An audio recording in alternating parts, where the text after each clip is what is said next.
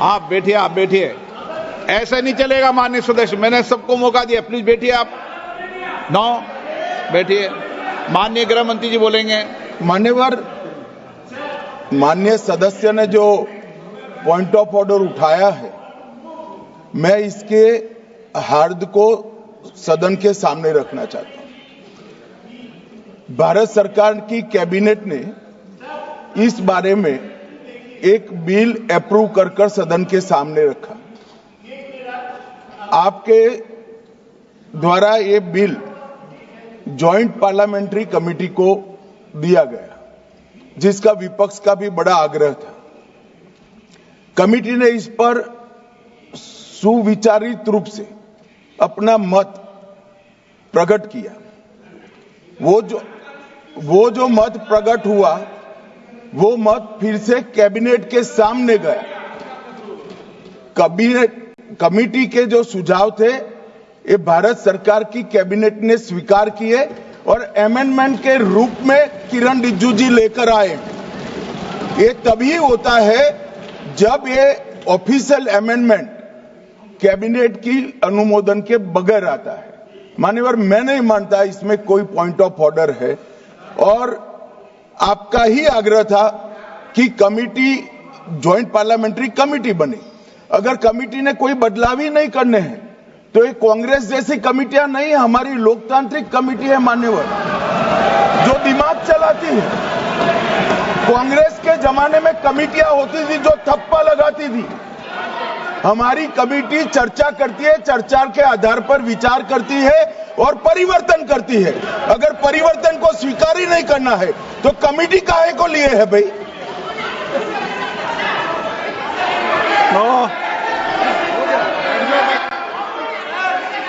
आप जब विधेयक पर चर्चा हो तो सबको मौका दूंगा। अभी 0 ओवर पर माननीय, मैं इस पर अपनी व्यवस्था देता हूं। माननीय सदस्यगण, श्री NK प्रेमचंद्रन जी ने जो प्रश्न उठाया है, वक्फ संशोधन विधेयक 2025 पर संयुक्त समिति में विधेयक कुछ खंड जोड़ दिए गए जो विधेयक के दायरे से बाहर हैं।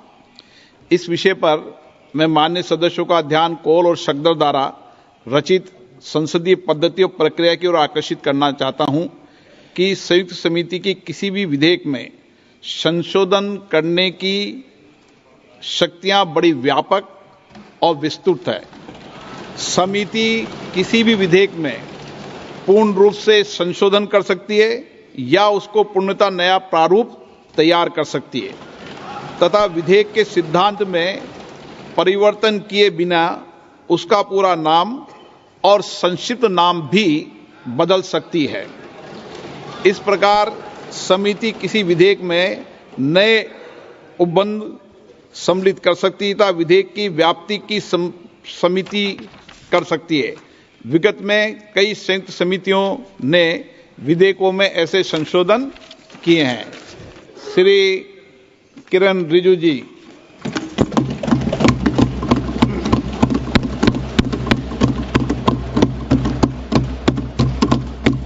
Honorable Speaker, sir, I rise to move the motion for consideration of the Waqf Amendment Bill 2025 and Mussalman Waqf Repeal Bill 2024.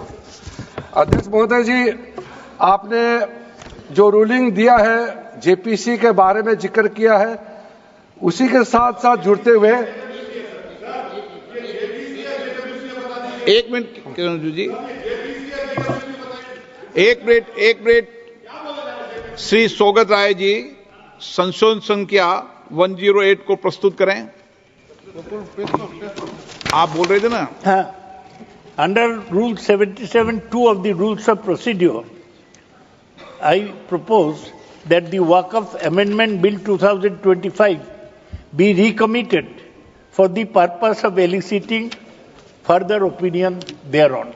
Okay, माननीय मंत्री जी अब 12 और 16 पर अपना वक्तव्य दें।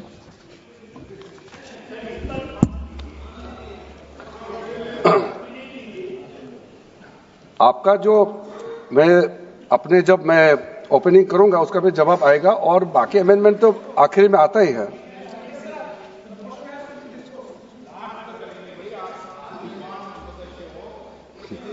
हैं। चलिए माननीय मंत्री जी। माननीय अध्यक्ष महोदय, हम सबको बहुत डिटेल में जाने का भी आवश्यकता नहीं है। कमेटी के बारे में उसका जिक्र काफी हो चुके हैं, लेकिन मैं इतना कहना चाहता हूं कि जो कमेटी इस बार दोनों सदन लोकसभा राज्यसभा मिला करके ज्वाइंट कमेटी में वक्फ अमेंडमेंट बिल पे जो चर्चा हुई है, आज तक भारत के संसदीय इतिहास में इतना व्यापक रूप से चर्चा, कंसल्टेशन और समय कभी नहीं दिया है।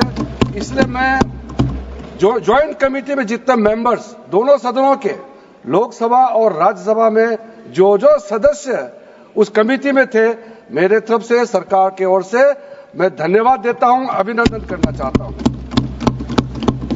अध्यक्ष महोदय जी, कुल मिलाकर के 97,27,772 याचिकाएं ऑनलाइन, फिजिकल, मेमोरेंडम के रूप में, रिक्वेस्ट के रूप में और सुझाव के रूप में पूरे तरह से सरकार ने देखा है। वो जेपीसी के माध्यम से हो या डायरेक्ट दिया हो, हमने सब उसको देखा है।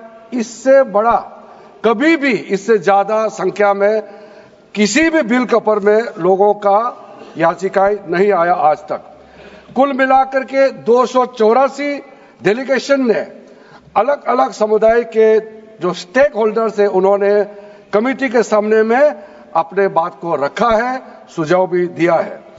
25 स्टेट गवर्नमेंट और यूनियन टेरिटरीज का वक्फ बोर्ड्स ने अपना सबमिशन भी पेश किया गया है। इसके अतिरिक्त कई लीगल लुमिनरीज, विद्वान लोग हैं हमारे समाज में, कम्युनिटी लीडर्स हैं, अलग अलग धार्मिक संस्थाओं का प्रतिनिधि, charitable organisation, civil society, academicians, researchers, policy makers, सब ने इस कमेटी के सामने में पेशकश किया है। उसके साथ साथ मैं कहना चाहता हूं सर, आज जब मैं जो बात रखूंगा आपके सामने में, पिछली बार जब हमने ये प्रस्तुत किए थे बिल को इस सदन में, तब भी मैंने कई बातें बताई थी। आज मैं उसको नहीं दोहराते हुए कुछ बातें मैं जोड़ूंगा, और मुझे अपना बात रखने के बाद सिर्फ उम्मीद ही नहीं, पूरा यकीन है कि जो लोग इस बिल को विरोध कर रहे थे, वो हृदय में भी बदलाव होगा। पॉजिटिव सोच के साथ इस बिल में सब समर्थन करेंगे, ये मैं विश्वास के साथ आगे अपना बात रखना चाहता हूं। क्योंकि मैं पॉजिटिव नोट से बात रखना चाहता हूं, तो इसलिए एक मेरे जो मन की बात है मैं कहना चाहता हूं, तो इससे अच्छा संदेश जाए। किसी के बात कोई, अध्यक्ष महोदय, किसी की बात कोई बदगुमान ना समझे, इस जमीन का दर्द कभी आसमान ना समझेगा। ये मैं दिल से कह रहा हूं, क्योंकि अच्छा सोच के साथ, बड़ा दिल के साथ, खुले मन से मैं ये प्रस्ताव आपके सामने में पेश कर रहा हूं। सर, कई लोगों ने अपने अपने तरीके से बातें रखी हैं।